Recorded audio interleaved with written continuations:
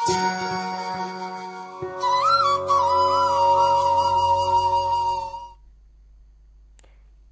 स्वागत है आप सभी का जनता टीवी पर। मैं हूं आपके साथ महिमा सिंह कंवर। तो आज नवरात्र का 7वां दिन है। नवरात्र के 7वें दिन मां काल रात्रि की पूजा अर्चना की जाती है। ये मां दुर्गा की 9 शक्तियों में से 7वीं शक्ति है। कहते हैं कि इन दिनों देवी की विधि विधान के साथ पूजा अर्चना की जाए तो तमाम कष्ट दूर हो जाते हैं। आम इंसान भी सिद्धि प्राप्त कर लेता है, साथ ही उसे मां की असीम कृपा भी मिल जाती है। इसी पर ज्यादा बातचीत करने के लिए, ज्यादा चर्चा करने के लिए आज हमारे साथ फिर से मौजूद है ज्योतिषाचार्य साईं अमित जी। पंडित जी, बहुत बहुत स्वागत है आपका जनता टीवी पर। प्रणाम। नमस्कार। पंडित जी, बातचीत का सिलसिला सबसे पहले शुरू किया जाए, उससे पहले हम अपने तमाम दर्शकों को माता के दर्शन करवाते हैं। जी। श्री काल रात्रि मैया जी की आरती, भक्तों को भव सिंधु से है तारती। आज माँ के 7वें रूप की आराधना की जाती है। माँ दुर्गा की 7वीं शक्ति काल रात्रि के नाम से जानी जाती है। माँ काल रात्रि का स्वरूप देखने में अत्यंत भयानक होता है, लेकिन ये सदैव शुभ फल देने वाली होती हैं और इसी कारण इनका नाम शुभंकरी भी है। इनके साक्षात्कार से व्यक्ति पुण्य का भागी हो जाता है। दानव, दैत्य, राक्षस, भूत प्रेत आदि इनके स्मरण मात्र से ही भयभीत होकर भाग जाते हैं। ये ग्रह बाधाओं को भी दूर करने वाली माँ है। नवरात्र के 7वें दिन माँ कालरात्रि की आराधना की जाती है। इस दिन साधक का मन सहस्त्रार चक्र में होता है। माँ के इस स्वरूप को अपने हृदय में अवस्थित कर साधक को एक निष्ठ भाव से उनकी आराधना करनी चाहिए। नवरात्रि के 7वें दिन सुबह नित्य कर्म निपटाने के बाद सबसे पहले नहा धोकर पूजा की चौकी पर काले रंग का कपड़ा बिछाएं। इसके बाद चौकी पर माँ कालरात्रि की प्रतिमा को स्थापित करें। पूजा शुरू करने से पहले माँ कालरात्रि को लाल रंग की चूनर उड़ाएं और इसके बाद माँ को श्रृंगार का सामान अर्पित करें। श्रृंगार का सामान चढ़ाने के बाद माँ के सामने दिया जलाकर माँ की पूजा अर्चना करें। माँ कालरात्रि को गुड़ बेहद प्रिय है, तो माँ को गुड़ का भोग अर्पित करें। माँ को भोग लगाने के बाद इस गुड़ के प्रसाद को सबके बीच बांट दें। ऐसा करने से घर में सबका स्वास्थ्य उत्तम बना रहता है। यूं तो माँ की आराधना करने के लिए आप किसी भी फूल का इस्तेमाल कर सकते हैं, लेकिन हिंदू धर्म में माँ कालरात्रि की पूजा में खास तौर पर चमेली के फूलों का इस्तेमाल करने का विशेष महत्व बताया गया है। को भव सिंधु से है तारती, कालरात्रि मैया जी की आरती। जी हाँ, तो माँ काल रात्रि आपकी सभी बाधाओं को दूर करती है और इस बारे में अब हमारे साथ ज्यादा चर्चा के लिए पंडित जी जुड़े हुए हैं। पंडित जी से सबसे पहले माँ काल रात्रि की कथा जान लेते हैं।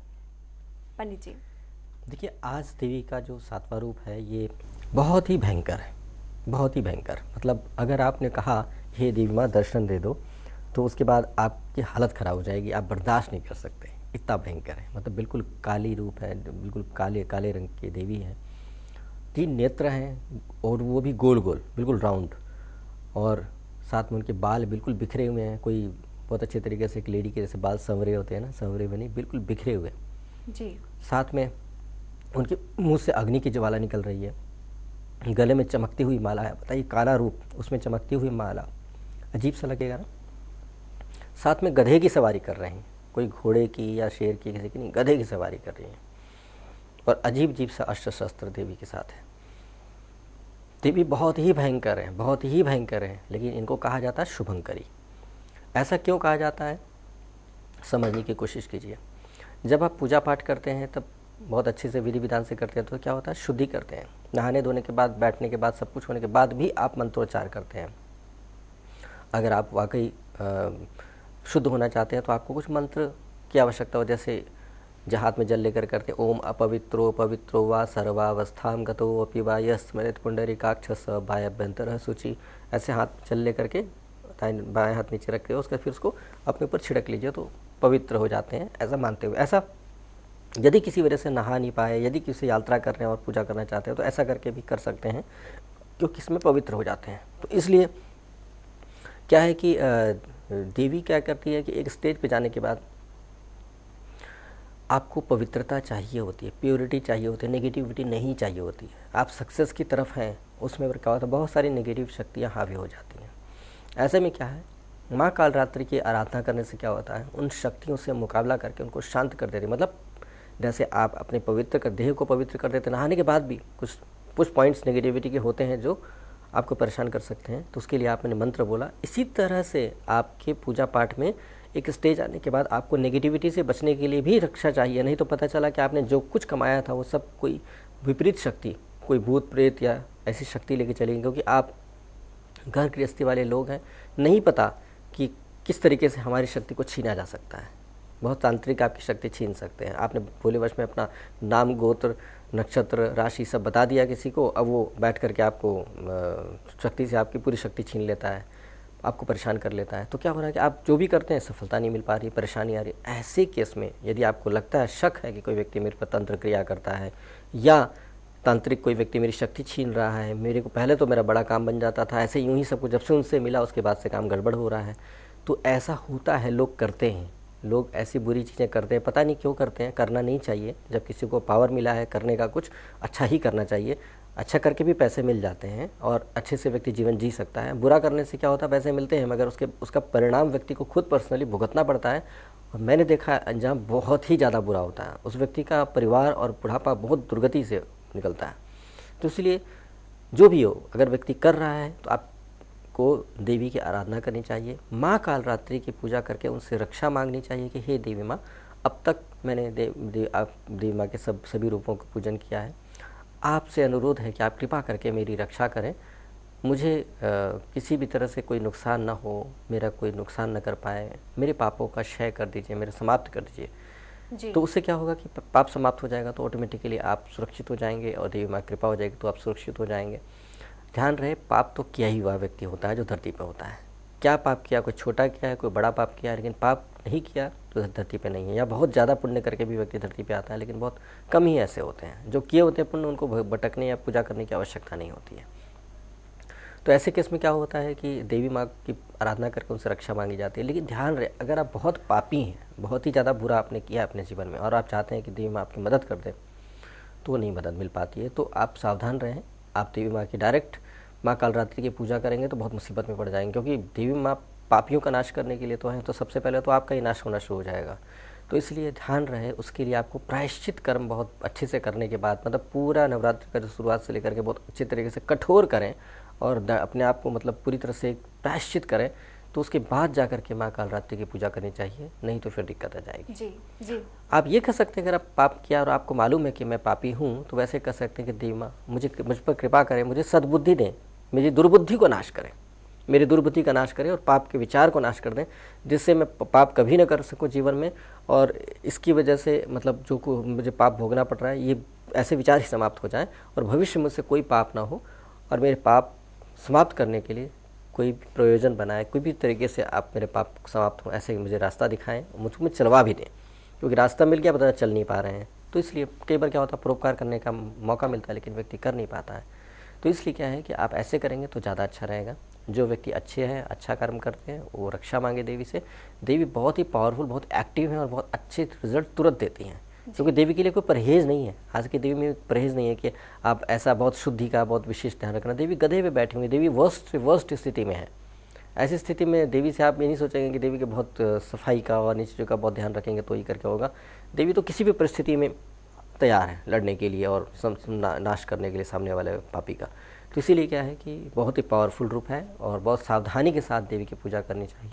आज देवी को गुड़ का भोग लगाना चाहिए, लेकिन कोई भी बाज़ार से खरीद कर नहीं। कोशिश करिए कि बेस्ट क्वालिटी का गुड़ जो होता है, जो केमिकल से नहीं साफ़ किया गया हो, अगर आप वो गुड़ खाएंगे तो आपकी तबीयत खुश हो जाएगी। मिठाई से कम नहीं लगता है, मैंने खाया है। आप दुर्भाग्य है अगर आपने ना खा पाए हो तो, और वाकई बहुत टेस्टी होता है। और वो गुड़ खा करके हमारा भारतवर्ष कभी भी डायबिटीज़ नहीं रहा उनको। मतलब भारत में डायबिटीज़ कहाँ होता था, चीनी के बाद डायबिटीज़ शुरू हुआ है। वो भी इसलिए कि उसको नेचुरल चीज़ को अननेचुरल बना दिया गया। तो इसलिए आप कोशिश करें अपने जीवन में गुड़ का सेवन करना शुरू करें। गुड़ भी प्योर गुड़ सेवन शुरू करें। जब आप प्योर गुड़ की डिमांड करेंगे तो लोग प्योर गुड़ बनाना शुरू करेंगे। नहीं आप कुछ भी खरीद लेंगे तो लोग कुछ भी सुंदर बनाने के चक्कर में उसमें केमिकल डाल करके, मसाला डाल के सफाई करते हैं, जिसकी वजह से सफ़ेद गुड़ जाता है और आप सोचते हैं कि सफ़ेद सबसे अच्छा है। जबकि जो सबसे काला होता है गुड़ वो सबसे अच्छा होता है और बहुत सॉफ्ट होता है। अगर गुड़ की बात करें, नेचुरल गुड़ जो होता है, तो इसीलिए आप गुड़ को भी देवी बताना चाहती हैं। गुड़ बहुत अच्छी चीज़ है और गुड़ एनर्जी देता है। गुड़ के अंदर आपका ग्लूकोज होता है, नेचुरल ग्लूकोज होता है जो बॉडी एब्जॉर्ब कर लेता है। चीनी एब्जॉर्ब नहीं कर पाता ठीक तरीके से, चीनी को एक्सेप्ट नहीं करता है क्योंकि चीनी अननेचुरल है। तो इसलिए गुड़ का भी आज सबक आपको लेना है। आप कोशिश करें कि इंटरनेट में गुड़ के बारे में जानकारी लें, समझें। अगर आप सिर्फ पूजा करते हैं, सिर्फ यूँ करते हैं, फॉर्मेलिटी करके अपना टाइम वेस्ट कर रहे हैं, आप देवी का मैसेज भी समझने की कोशिश करिए। आप गुड़ के बारे में जानकारी कीजिए और देवी के बारे में थोड़ी जानकारी लीजिए, फिर कीजिए, तो आपको अच्छा लगेगा कि हाँ, हम बेवकूफ़ी नहीं कर रहे हैं, हम समझदारी का काम कर रहे हैं। भक्ति भी है मेरे अंदर, सेवा भी है और मैं बुद्धि चातुर्य से भी समझ रहा हूँ चीज़ों को, तब फिर फ़ायदा होगा। जी पंडित जी, आपने बड़े विस्तार तरीके से बताया कि माता की पूजा करने से क्या क्या लाभ मिलेगा और माता का किस तरह से, माता ने कौन कौन से वस्त्रों को धारण किया है। आपसे अब ये भी जानना चाहेंगे कि जो हमारे दर्शक है वो किस तरह से माता की पूजा करें, पूजा की विधि क्या है? देखिए, पूजा की विधि में सबसे पहले तो मैंने बताया कि आपको संकल्प लेने का जैसा हमेशा वैसे ही करना है। आपको दाहिने हाथ में जल लेना है, बाएं हाथ को नीचे रखना है। उसके बाद जल हाथ में लेकर के बोलना है, मैं अपना नाम, गोत्र, नक्षत्र, राशि, आज जैसे आप सप्तमी है तो सप्तमी को देवी माँ के काल रात्रि रूप की पूजन करने जा रहा हूँ या जा रही हूँ। अतः कृपा करके हे परमात्मा मुझे सहयोग करें जिससे मेरी ये पूजा पाठ जाप जो भी आप करेंगे पूर्ण रूप से सफल हो और इसका फल मुझे तत्क्षण पूजा या पाठ या जाप पूर्ण होते ही प्राप्त हो जाए। इस तरह से करके आप बोल करके जल को भूमि पे गिरा देंगे। उसके बाद आपको क्या करना है, देवी को नमस्कार करें और उसके बाद फिर दीपक जला करके देवी को नमस्कार करें, आदर दें और दीपक घुमाएं। जैसे आरती करते हैं ना किसी के आने पर, ये ज़रूर करना चाहिए। क्यों करना चाहिए? क्योंकि वहाँ पे एनर्जी को प्योर कर दीजिए। इस तरह से करने के बाद जी पंडित जी, वो जो है आपका प्योरिटी हो जाएगा। उसके बाद फिर देवी माँ को पुष्प चढ़ाएं, पुष्प के साथ फल चढ़ाएं, फल के बाद जो भी आपको मनपसंद मिठाई है वो मिठाई चढ़ाएं। मिठाई के साथ साथ फिर गुड़ चढ़ाएं। गुड़ ऐसा है कि गुड़ को और भी तरीके से किया जा सकता है। जैसे गुड़ आप सिर्फ सादा गुड़ भी चढ़ा सकते हैं मिठाई की तरफ, साथ साथ आप मेवे भी उसमें मिला करके चढ़ा सकते हैं, ड्राई फ्रूट्स वगैरह मिला करके भी आप देवी माँ को चढ़ा सकते हैं और भी टेस्टी बन जाएगा। तो आपको जैसा सुविधा हो, जैसा अच्छा लगे और जैसा मन में भाव आए वैसा कीजिएगा। मेरे कहने से मत कीजिएगा कि मैंने कहा था इसलिए ज़बरदस्ती, पैसे नहीं है फिर भी काजू खरीद के ला रहे हैं, अखरोट खरीद के ला रहे हैं, ऐसे करके मत कीजिएगा। उसमें क्या होता है, देवी माँ को दुख होता है कि भाई बच्चे के पास पैसा नहीं है और इसने ऐसा किया। तो इस बात का विशेष ध्यान रखिएगा। उसके बाद फिर क्या है कि आपको जाप करना है। जाप करने में इस बात का ध्यान रखना है कि जाप बहुत सादगी से, सिंप्लिसिटी से कीजिएगा। देवी का रूप उग्र है। अगर आपने मंत्र जाप आज गलत किया तो नुकसान होगा ही होगा। ऐसा नहीं होता है कि देवी का रूप स्ट्रांग है, पावरफुल है तो बुरा है। अगर आपको कोई मुसीबत आती है तो आप किसी ऐसे व्यक्ति से ही बोलते हैं जो व्यक्ति पावरफुल होता है या जो खतरनाक होता है। अगर आपके घर में कोई गुंडा आ गया, बदमाश आ गया, कोई टेररिस्ट आ गया, तो कोई बगल में महात्मा जी को नहीं बुलाएंगे आप, या बहुत सीधा साधा व्यक्ति एक टीचर है उसको नहीं बुलाएंगे आप किसको बुलाएंगे? किसी पुलिस वाले को बुलाएंगे, या अगर बगल में कोई फौजी है उसको बुलाएंगे, या अगर आपका दोस्त कोई गुंडा है उसको भी बुला लेंगे आप कि भैया, क्योंकि वही मुकाबला कर सकता है। तो इसलिए उसी तरह से जो व्यक्ति पावरफुल है फाइट करने के लिए वही आपकी रक्षा कर सकता है। इसी तरह से देवी यहाँ पर बहुत पावरफुल है फाइट करने के लिए। तो इसीलिए क्या हैंडल ठीक से करना है आपको। आपने जैसे बुलाया पुलिस को, पुलिस वाले के साथ बदतमीजी कर लिया तो पुलिस वाला पता केस ही ठोक के चला जाएगा या आपको ही पकड़ ले जाएगा। तो इसीलिए पावर के साथ खेलना है तो पावर के साथ बहुत समझदारी से, अच्छे से, कायदे से आप खेलें। मंत्र बहुत अच्छे से जाप करें ताकि देवी माँ के साथ ट्यूनिंग अच्छी हो जाए। मंत्र क्या है? ओम ऐं ह्रीं क्लीं चामुंडाय विच्चे। एक तो ये मंत्र हो गया।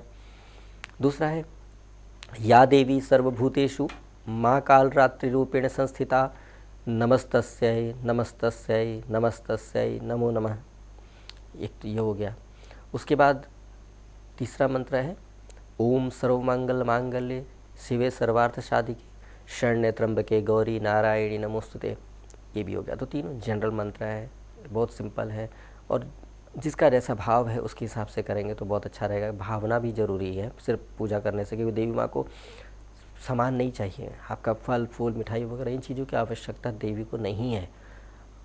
वो आप सिर्फ अपनी भाव व्यक्त करने के लिए करते हैं। तो भाव करते हैं तो अंदर से भी कुछ भाव है तो उसको भी प्रकट कीजिए, तो अच्छा रहेगा। तो ये तो बताने के हिसाब से कर रहे हैं, लेकिन अपने भाव के हिसाब से करेंगे तो और भी अच्छा रहेगा। उसके बाद देवी माँ को जाप हो जाने के बाद आपको मैंने बताया था कि जल भूमि पर गिरा करके ओम शक्राय नमः, ओम इंद्राय नमः, ऐसे करके जो भी दोनों में से कुछ भी बोल सकते हैं, माथे से लगा लेंगे जल आसन के नीचे ज़मीन पे डाल करके। तो उससे क्या होगा, आपका जो पूजा का फल है वो आपको प्राप्त होगा, न कि इंद्र चुराते नहीं हैं ऐसे स्थिति में।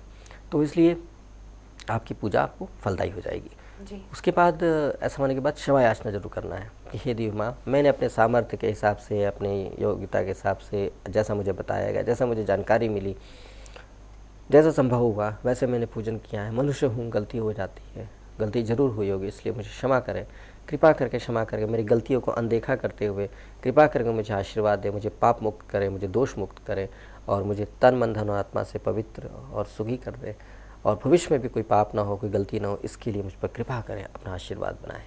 ऐसे करके उनसे क्षमा याचना करें। और उसके बाद फिर आप कुछ देर के लिए देवी का जो रूप है उसमें भोग के साथ पर्दा कर दें ताकि देवी माँ भोग लगा सकें। उसके बाद 10-15 मिनट के बाद, आधे घंटे के बाद आप ये मानते हुए कि देवी माँ ने भोग लगाया है उस प्रसाद को ग्रहण कर सकते हैं। उनसे देवी माँ से जा करके धन्यवाद करिए, धन्यवाद, आप प्रसाद ग्रहण करा, आप भोग ग्रहण किया। ऐसा ज़रूर करें और विश्वास के साथ करें, क्योंकि देवी माँ देखती हैं कि इसको भरोसा है कि मैं प्रसाद ग्रहण करती हूँ। तो देवी माँ, जैसा होता है ना कि आप किसी व्यक्ति को बोलते हैं कि भाई मैंने आपको खाना खिलाना है, आप खाना खा लो, ज़रूर खाना खाओगे आप मेरे यहाँ। तो व्यक्ति, अब गरीब इंसान के घर भी खाना खाने चला जाता है। कई बार क्या होता है कि व्यक्ति इतने भाव से बुलाता है कि मना नहीं कर पाता है। तो आप जब एक बड़ा आदमी गरीब आदमी के घर भी खाना खा सकता है भाव के साथ, तो आप देवी माँ आपके पास क्यों नहीं खा सकती हैं? देवी माँ को क्या फ़र्क पड़ता है? तो देवी माँ आपको आपके दिया हुआ प्रसाद अगर नैवेद्य ग्रहण कर लेती हैं तो बहुत अच्छी बात हो जाएगी, और आप उसको आप ग्रहण करते हैं तो आप भी सुरक्षित हो जाएंगे। कम से कम देवी माँ का, काल रात्रि माँ का अगर प्रसाद आपने ग्रहण किया हुआ है तो कोई भूत प्रेत पिशाच तंत्र मंत्र ये सारे प्रभाव फटाफट खत्म हो जाएंगे। तो इसीलिए आज गुड़ का प्रसाद जरूर ग्रहण करें ताकि आपके बीच में कोई नेगेटिविटी आ रही है, कोई अशक्ति आ रही है तो उससे आप बच जाए। जी, तंत्र पंडित मंत्र जी, भूत जिस प्रेत तरह से में बहुत आपने फायदा बताया होता है। कि माँ कालरात्रि ने काले रंग के वस्त्र पहने, ऐसे में आप हमारे तमाम दर्शकों को ये भी बताइए कि आज वो कौन से रंग के वस्त्र पहनकर माँ की पूजा करें, और शुभ मुहूर्त के बारे में भी बताइए। देखिए ऐसा है कि शुभ मुहूर्त के बारे में क्या है कि मॉर्निंग में जी। जब सनराइज़ होता है उस समय पर, और एक सनराइज़ से पहले भी अगर आप चाहें तो आप पाठ जाप कर सकते हैं। ब्रह्म मुहूर्त तो सबसे अच्छा होता है, लेकिन सूर्योदय में चूँकि पूजा काल जो है आपका गृहस्थ के लिए होता है, सूर्य के उदय होने पर तिथि होती है तब करते हैं, तो बहुत अच्छी बात है, वो भी कर सकते हैं आप। और उसके बाद फिर जब दिन में वैसे भी कर सकते हैं, सिर्फ राहु काल का ध्यान रखना है कि राहु काल ना हो तो बहुत बढ़िया रहेगा। और दोपहर को अभिजीत मुहूर्त होता है, और बिल्कुल मिड डे जो होता है उसमें पूजा करें तो बढ़िया रहेगा। शाम के समय सनसेट के टाइम बहुत अच्छा रहेगा। जो लोग तांत्रिक से दिया कर रहे हैं या कुछ जाप से दिया कर रहे हैं वो रात में करेंगे अपने हिसाब से, उनको पता है कब कौन से काल में किस तरह से करना है, तो इसलिए उनको यहाँ पे बताने का कोई तुक नहीं बनता है। तो इस तरह से करके, और आज के पूजा में अगर स्त्री चाहे तो काला वस्त्र पहन सकती हैं जैसा कि आपने पहन रखा है। तो इस तरह से बाई चांस कोइंसिडेंस, आपको पता नहीं था लेकिन देवी माँ ने ऐसा लीला किया कि आपने ऐसी वस्त्र पहन रखा है। तो मेरे लिए मेरी प्लानिंग नहीं थी ऐसा कुछ कि आप पहने ऐसा, लेकिन ऑटोमेटिकली आप ऐसे पहनी हुई थी। तो ये देवी माँ की कृपा होती है कि देवी माँ अपने हिसाब से अपना प्रोग्राम ठीक प्रेजेंट करवा रही हैं। तो इसी तरह से, जिस तरह से देवी अपने आप ही चीज़ों को ठीक करती हैं, उसी तरह से आपके जीवन में भी परिवर्तन करेंगे। आप हो सके तो काला वस्त्र पहन लें और देवी माँ को आदर दें। मतलब वो पहन रखी काला, आप बहुत सुंदर पहन रखी है तो फिर होता है ना कि आप उससे बढ़िया बन के बैठ रही है, तो नहीं, सादगी में बैठें। तो आज की डेट पे ना सादगी वाला, क्योंकि आज देवी माँ काला पहनी हुई है, काला सब कुछ किए रखी है, तो इसलिए आप भी सादगी में बैठे और देवी माँ को मान दें। फोकस सिर्फ ये है, फाइट करना है नेगेटिविटी से। तो इस तरह से करके बहुत अच्छा रहेगा, और इस तरह से पूजन करके पूरा लाभ लेने की कोशिश करें। और तंत्र मंत्र भूत प्रेत परेशानी किसी तरह की तो जम के पूजा करें, खूब अच्छे से देवी माँ को आज प्रसन्न करें, और देवी माँ को माँ के रूप में मान करके करेंगे तो रिस्क नहीं रहेगा। क्षमा ठीक से लेते रहेंगे और बहुत अच्छे भाव से करेंगे तो रिस्क नहीं रहेगा, बल्कि आपके घर में अगर देवी माँ की कृपा हुई तो आपके घर में जो भी नेगेटिविटी हो वो पूरी तरह से खत्म हो जाएगी। जी, ये रहेगी कृपा। जी पंडित जी, आपने बताया कि माँ कालरात्रि की पूजा हमें पूरे ध्यान से करनी चाहिए, कोई भी गलती नहीं होनी चाहिए। ऐसे में आप एक बार फिर से हमारे दर्शकों को मंत्रों के बारे में बता दीजिए ताकि उनसे कोई गलती ना हो। देखिए मंत्र मैंने 3 मंत्र बताए, बहुत सिंपल मंत्र आपको जी। बताते हैं, जानबूझकर बताते हैं। अगर कॉम्प्लिकेटेड मंत्र बता दिए तो आपसे गलती होगी तो बहुत नुकसान हो सकता है आपका, और मेरे ऊपर भी पाप आएगा कि हमने आपको मिसगाइड किया। क्योंकि यदि आप नहीं कर सकते तो फिर आपको हम ज़बरदस्ती कॉम्प्लिकेटेड दिए क्यों? या तो अगर मेरे सामने आप बैठे होते तो आपको सिखा करके समझा के फिर छोड़ते, लेकिन अभी तो ऐसा संभव नहीं है टीवी पे। तो इसीलिए क्या है कि आप सिंपली मंत्र याद कर लीजिएगा, ओम ऐं ह्रीं क्लीं चामुंडाय विच्चे। दूसरा मैंने बोला था ओम सर्व मंगल मांगल्ये शिवे सर्वार्थ साधिके शरण्ये त्र्यंबके गौरी नारायणी नमोस्तुते। ये तो सबको याद हो जाता है ज़्यादातर लोगों को। उसके बाद या देवी सर्वभूतेषु माँ कालरात्रि रूपेण संस्थिता नमस्तस्यै नमस्तस्यै नमस्तस्यै नमो नमः। मेरे से बोलिएगा तो मेरे को ये मंत्र बड़ा प्यारा लगता है। आप देवी के मान लीजिए आपके जीवन में बहुत अच्छा कुछ हो जाए ना, तो आप ग्रैटिट्यूड इस तरह से पे कर सकते हैं। मतलब धन्यवाद करने का बड़ा प्यारा, मेरे तो आदत है इस तरह से धन्यवाद करने की कि देवी माँ अगर मेरे को अच्छा धन देती है तो मतलब या देवी सर्वभूतेषु माँ लक्ष्मी रूपेण संस्थिता नमस्तस्यै नमस्तस्यै नमस्तस्यै नमो नमः। मतलब अब देवी माँ को सभी चराचर में जो आप जी। सभी जीव में विराजमान है आपको नमस्कार करते हो कि आपने मुझे धन दिया, आपने अगर विद्या दिया, कोई ज्ञान प्राप्त होता है तो देवी को या देवी सर्वभूतेषु माँ सरस्वती रूपेण संस्थिता नमस्तस्यै नमस्तस्यै नमस्तस्यै नमो नमः। तो ये आप अपने तरीके से बना भी सकते हैं। तो इसलिए क्या ये बहुत प्यारा है, इसमें मतलब देवी को इससे प्यारे तरीके से नमस्कार करने का कुछ नहीं हो सकता जी है। पंडित जी, मेरे आपने बड़े विस्तार तरीके से जी। और अच्छे से बताया हमारे तमाम दर्शकों को पूजा विधि के बारे में, क्या भोग चढ़ाने, और आपका बहुत बहुत शुक्रिया एक बार फिर से जनता टीवी के साथ जुड़ने के लिए। प्रणाम। आपका भी शुक्रिया। जी हाँ, तो आज इस कार्यक्रम के जरिए आपको हमने बताया कि माँ काल रात्रि का महत्व और कैसे करें माँ काल रात्रि की आराधना, ताकि आपके तमाम मनोकामनाओं को पूरा किया जा सके और आपकी सभी बाधाएं भी दूर हो जाएं। एक बार फिर से आप सभी दर्शकों को नवरात्रों की ढेर सारी शुभकामनाएं। प्रणाम।